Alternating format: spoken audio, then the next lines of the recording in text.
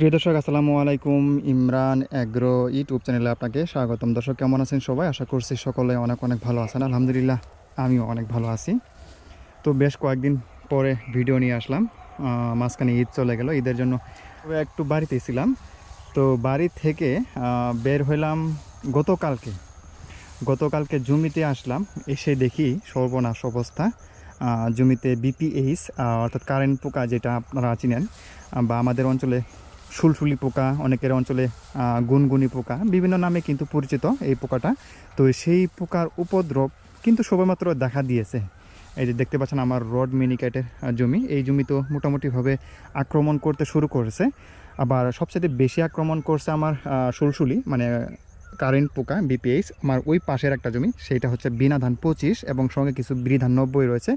ওই দুইটা ধানে সবচেয়ে বেশি আক্রমণ করেছে। পাশাপাশি এই যে আমার রড মিনিকেট, এই ধানেও কিন্তু আমার এই কারেন্ট পোকা কিন্তু আক্রমণ করেছে।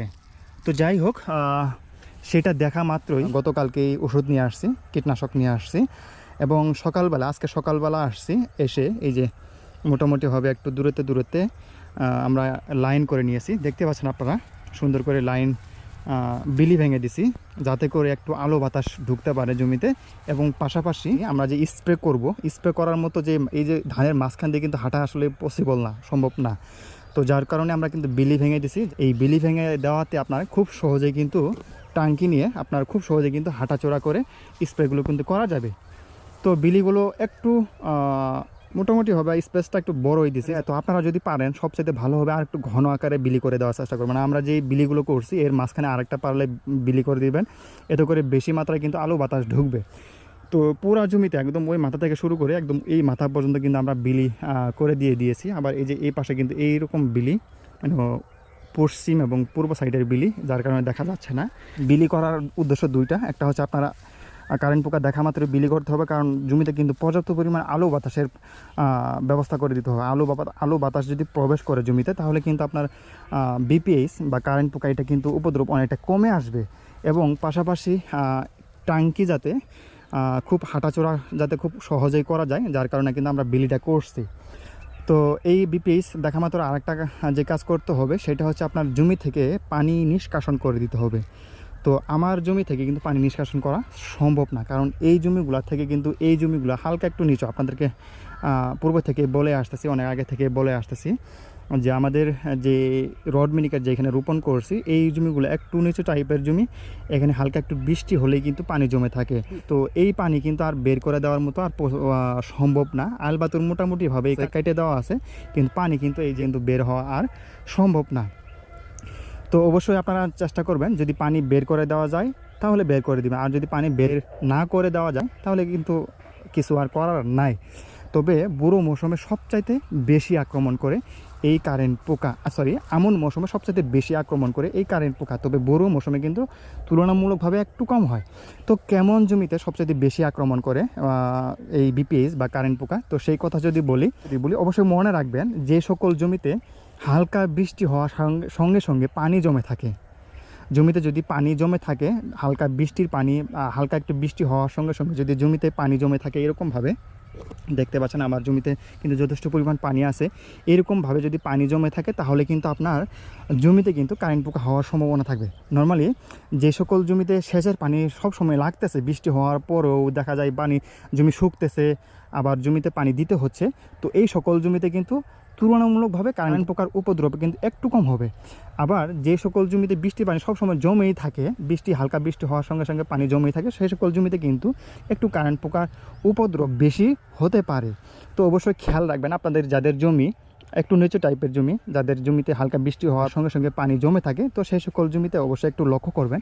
ধান গাছের ঠিক গোড়ার দিকে দেখবেন, এই যে দেখেন অসংখ্য ছোটো ছোটো সবেমাত্র বিপিএইচ বা কারেন্ট পোকার উপদ্রব কিন্তু সবেমাত্র শুরু হয়েছে। এরা কিন্তু বংশ বিস্তার করবে খুব দ্রুত সময়ের মধ্যে। তো এটা কিন্তু ব্যাপক হারে বাড়ে। এই বিপিএইচ আপনার ধানের জমিতে যদি আক্রমণ করে, দেখবেন কয়েকদিনের মধ্যে কিন্তু আপনার ধান গাছ বাজ পড়ার মতো হয়ে যাবে। একদম মানে উপরে দেখতে পাচ্ছেন খুব ঝলমলে, খুব সুন্দর দেখা যাচ্ছে, কিন্তু এটা কিন্তু দীর্ঘস্থায়ী থাকবে না। দেখা যাবে ধান পেকে যাওয়ার আগে আপনার ধান কিন্তু নষ্ট হয়ে যাবে। তো যাই হোক, আজকে আমাদের এই জমিগুলোতে সকালবেলা এই বেলি ভেঙে দিয়েছি। হালকা হালকা হালকা দূরত্বে দূরত্বে আমরা বিলি করে দিয়ে দিয়েছি।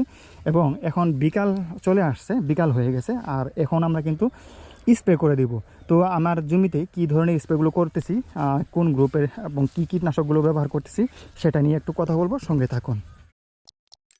তো দেখতে পাচ্ছেন আমার হাতে হচ্ছে পাইরিড প্লাস, এটা হচ্ছে সুইট অ্যাগ্রোভেট লিমিটেডের বিপিএস কারেন্ট পোকার জন্য একটা কার্যকরী কীটনাশক।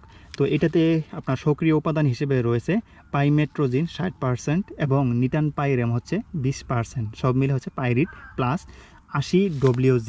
এটা হচ্ছে আপনার ধান গাছের বাদামি গাছ পড়ি, অর্থাৎ কারেন্ট পোকা বলেন বা বিপিএস যেটাই বলেন না কেন, সুলসুলি গুনগুনি পোকা যেটাই বলেন না কেন, সেই পোকা দমনের জন্য আপনার কার্যকরী একটা কীটনাশক পাইরিড প্লাস 80 WG। সঙ্গে আমরা আরেকটা কীটনাশক স্প্রে করবো, সেটা হচ্ছে আপনার ক্লোরোপাইরিফস গ্রুপের কীটনাশক। এটা হচ্ছে আপনার কেমিস্ট ক্রপ কেয়ার লিমিটেডের র্যান্ডম 48 EC।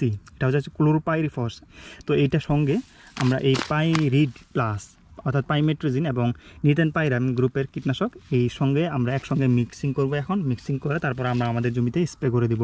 তো আপনারা চাইলে বাজারে হরেক রকমের কীটনাশক পাবেন, অর্থাৎ বিপিএস কারেন্ট পোকা দমনের জন্য বিভিন্ন ধরনের কীটনাশক পাবেন, যেমন প্লেনাম রয়েছে, হপার শট রয়েছে আপনার, তারপর আপনার ইমিটাপ রয়েছে, আরও বেশ কয়েকটা সফসিন, আরও বেশ কয়েকটা কীটনাশক রয়েছে যেমন পাইরাজিন, আরও বেশ কয়েকটা কীটনাশক রয়েছে। আপনারা অবশ্যই ভালো মানের কীটনাশক দেওয়ার চেষ্টা করবেন এবং সুন্দরভাবে স্প্রে করে দেওয়ার চেষ্টা করবেন, তাহলে কিন্তু আপনি বিপিএস বা কারেন্ট পোকা থেকে রক্ষা পাবেন। তো এটা দেখতে পাচ্ছেন দানাদার কীটনাশক এবং হালকা একটু ঘি কালার দেখতে পাচ্ছেন দানাদার। তো আমরা এটা পুরো প্যাকেট কিন্তু আমরা এই পানিতে মিক্সিং কাজ করব।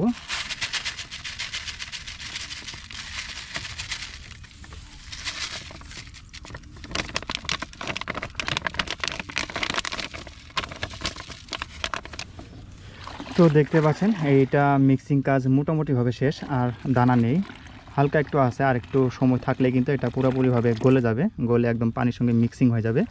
তো এটা কিন্তু হালকা ঘি কালার তৈরি হয়েছে দেখতে পাচ্ছেন। এরপর আমরা যে জিনিসটা অ্যাড করব এখানে, সঙ্গে একটা ক্লোরোপাইরিফস গ্রুপের কীটনাশক দিয়ে দিব।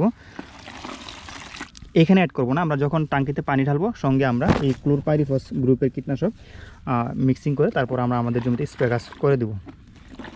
তো যাই হোক, এতক্ষণ যারা ভিডিওটি কন্টিনিউ করেছেন অসংখ্য ধন্যবাদ। দেখা হচ্ছে নেক্সট কোনো ভিডিওতে। অবশ্যই ভিডিওগুলো শেয়ার করে দেওয়ার চেষ্টা করবেন।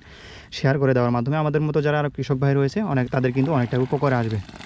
তো পরবর্তী ভিডিওগুলো দেখার আমন্ত্রণ রেখে আজকে বিদায় নিচ্ছি। বিদায় পালা, আল্লাহ হাফেজ, আসসালামু আলাইকুম। ভালো থাকবেন সবাই, সুস্থ থাকবেন।